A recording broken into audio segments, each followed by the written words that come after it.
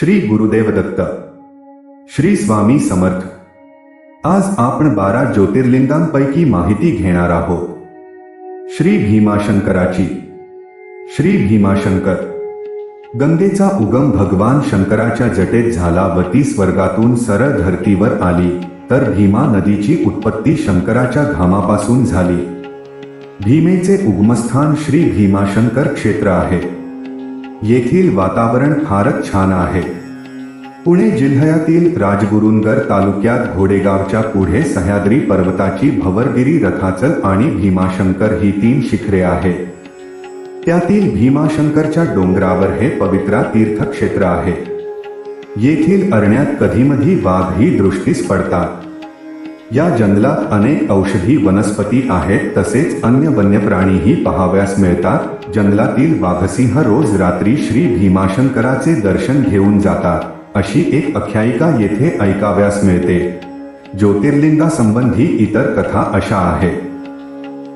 प्राचीन काळी त्रिपुरासूर नावाचा राक्षस फार उन्मत्त झाला होता. तिन्ही लोकांना त्याने त्रस्त करून सोडले होते. त्याच्या या कारवायांनी सर्व देवांना त्रास होत होता.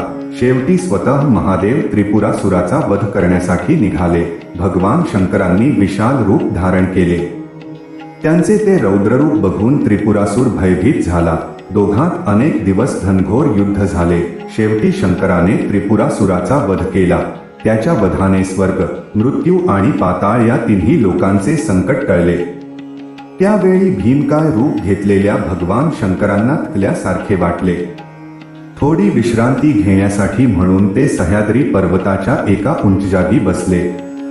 अतिश्रमामुळे त्यांच्या शरीरातून जो घाम निघाला त्याच्या सहस्र धारा झाल्या. त्यापैकी एक धार वाहत जाऊन जवळच्याच एका कुंडात जमा झाली. तेथून ज्या नदीचा उगम झाला तिला भीमा असे नाव मिळाले. आजही भीमेची उगम स्थान पाहावयास मिळते. भक्तांनी नंतर रुद्ररूपी शिवाची प्रार्थना केली व सज्जनांच्या रक्षणासाठी आपण येथे निवास करावा अशी विनंती केली. भगवान शंकराने ती विनंती मान्य केली व ज्योतिर्लिंग रूपाने येथेच राहिले. स्वयंभू महादेवाचे हे निवासस्थान रथाच्या आकाराच्या डोंगरात आहे. या डोंगराला रथाचल असे म्हणतात. पूर्वी या भागात भतीराव नावाचा लाकूड तोड्या राहत असे. एकदा लाकडे आणण्यासाठी तो वनात गेला. एका वृक्षाच्या बुंध्यावर जशी त्याने कुऱ्हाड मारली, तोच खालील जमिनीतून रक्ताच्या चिळकांड्या उडाल्या. हे पाहून भतीराम घाबरून दूर पळाला.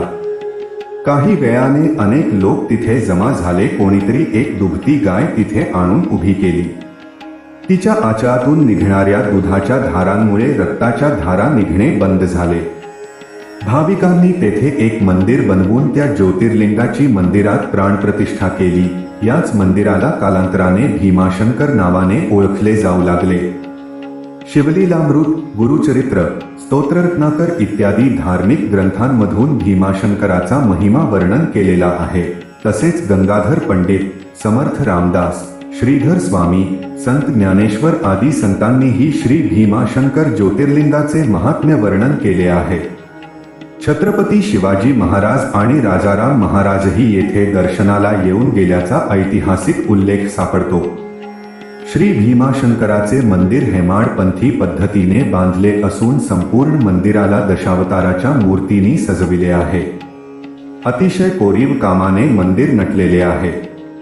मुख्य मंदिराजवळच नंदीचे मंदिर आहे. जवळच एक प्रचंड घंटा बांधलेली आहे. चिमाजी आप्पा यांनी मंदिराला ही मोठी घंटा दान केली, जी मंदिरासमोर दिसते.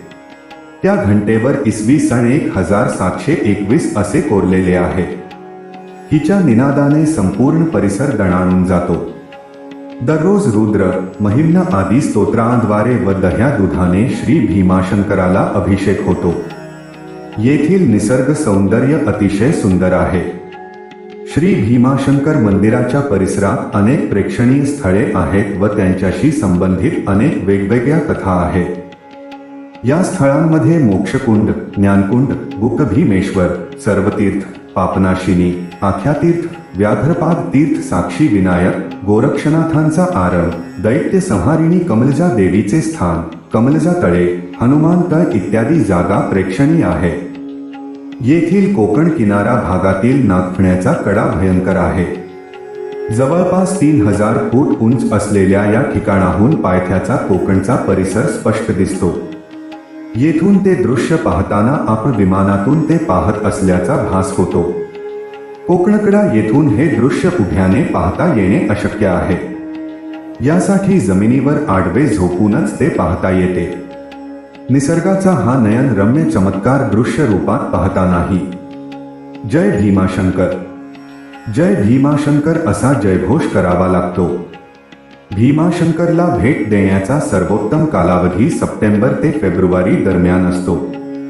पुणे मार्गे विमानाने भीमाशंकरला जाता येते. पुणे हे या ठिकाणाहून जवळचे विमानतळ आहे. जर तुम्ही रस्त्याने प्रवास करत असाल तर तुम्ही पुण्यापासून सुरुवात करू शकता.